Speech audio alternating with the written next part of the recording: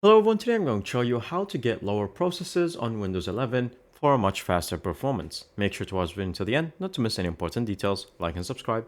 So first of all, you're going to open your Task Manager, and that's by searching for it. Simply go to Task Manager right here. Now in the Task Manager, you're going to search for the apps that are using the most amount of CPU and that you're not using. So you're going to right click it and then you're going to go to End Task. Also, one main reason is going to be the startup applications. Now from here, there's going to be plenty that you're not going to be using. So whatever that you can identify, click on it and then click on disable to make sure that it's disabled when you start up your computer. Updating the drivers for the CPU can be a great idea as well. So go to Device Manager. Then from here, you're going to search for your CPU, which is going to be in the processor section. Right click and then right click on here and then update driver.